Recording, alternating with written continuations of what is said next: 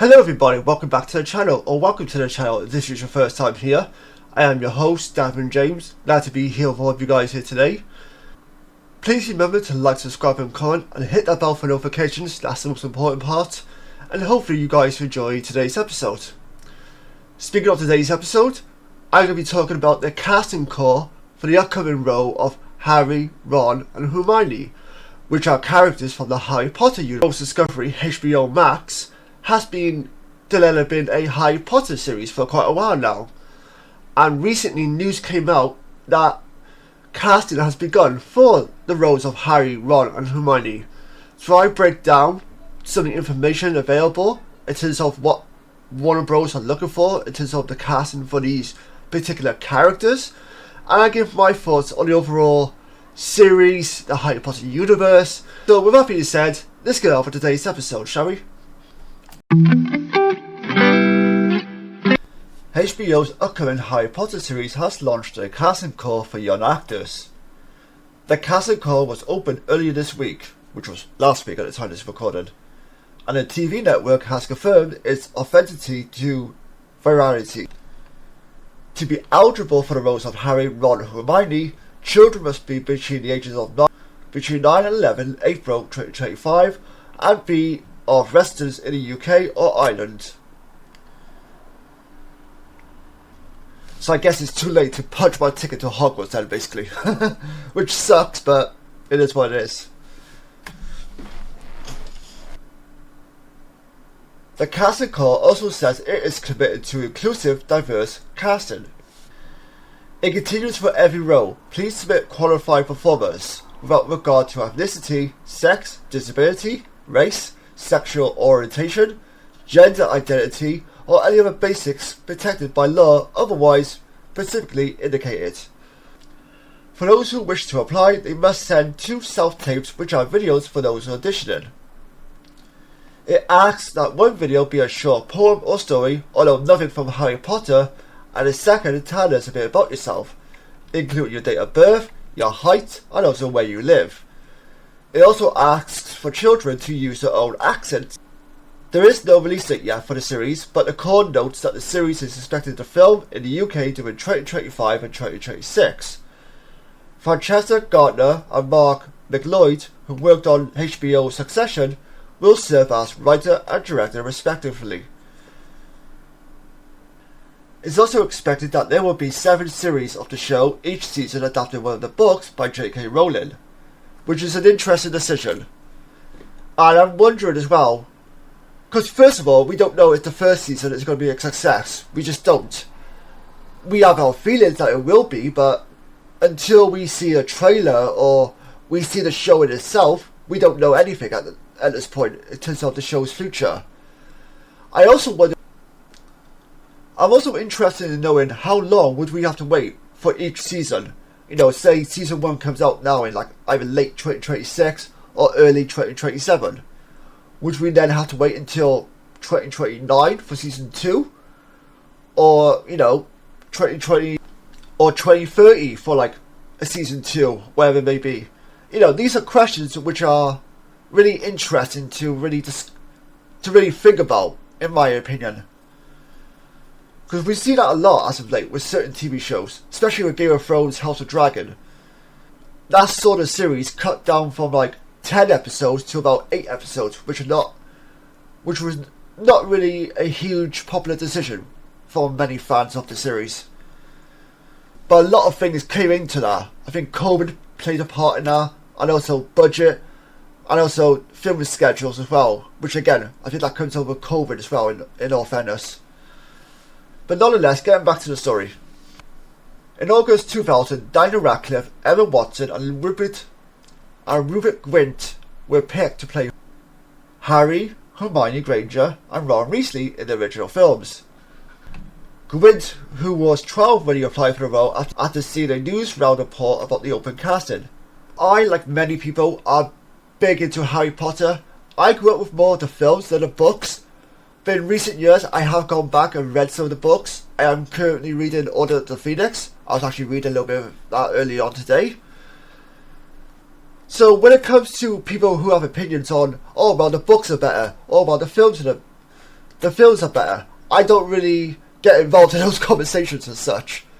You know, the films for me, regardless if they are book accurate or not quite book accurate in terms of characters, in terms of storylines, or whatever it may be, they're always going to hold a special place in my heart. Because again, I grew up with those movies. I was very young when I was watching those movies. And, you know, and now within my family, younger generations have gone on to watch those movies. My niece, my nephew, and they've grown a really great appreciation for those movies. My niece actually read the books on them, so she became more enthusiastic with the Harry Potter world by reading the books, which was great to see and great to understand how she feels about the world of Harry Potter. And like most people, I have wanted more from the Harry Potter world. Yes, we did get those Fantastic Beasts films. Even though they were not really Harry Potter related, they were still set in the magical world, or the wizarding world if you will. And those films were not really well received for all that most part. I enjoyed the first one. The rest were kind of hit or miss, personally, for me. And back in, I think it was last year or year before, we got the Hogwarts Legacy video game for PlayStation 5, Xbox, PlayStation 4, PC, all that good stuff. And many people, and once again, that had nothing to do with Harry Potter exactly, but it did branch out the universe a bit more by having it set in a different time period with characters that we did not know exist already, who were not featured in the books, who were not featured in the films. So that was great. And the game was really, really fun. I'm currently replaying the game in an attempt to platinum the game for the first time. It's very time consuming, the platinum, so I'm taking baby steps when it comes to trying to platinum the game. I am very curious to see how this is going to work, if this is going to be a major success. Now, don't get me wrong, Warner Bros. Discovery, HBO, they've had a great lineup of work. You know, they've had Succession, they've had Sopranos, they had The Wire, they had Game of Thrones, House of the Dragon, but they still have House of the Dragon, and more spin-offs to come from the Game of Thrones universe. True Detective. They've got DC Comics properties being turned into a TV show for their HBO platform. So, all in all, they've got some great stuff, and they even have the Penguin coming out from Matt Reeves' Batman universe, which I'm really excited about. That comes out this week at the time this is recorded. So they've had some really great stuff, and they've got some great, interesting stuff coming out as well. So, in that regards, I have faith in HBO, or Warner Bros., whoever you want to call it out, and they're going to put the time and energy into this project to make it successful as much as you possibly can. I'm very interested as well for this young up-and-coming cast. You know, for those who are going to be playing Harry, Hermione, and Ron, how they're feeling, how they're going to be anticipating the project once we finally know who's playing who in the casting of those roles. Best of luck as well to all those who are auditioning, especially for the kids.